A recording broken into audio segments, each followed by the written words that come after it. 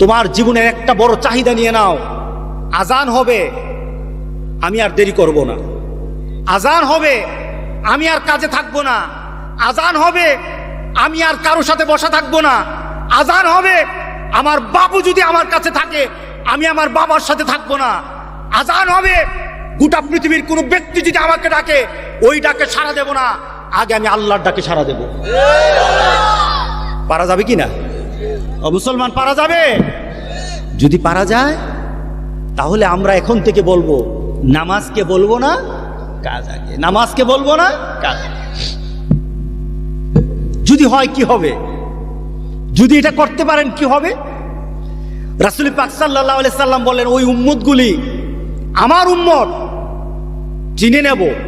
তাহলে বোঝা গেল যার মধ্যে এই দাগ থাকবে না, সে রাসূলের উম্মত বলে পরিচয় দিতে পারবে না।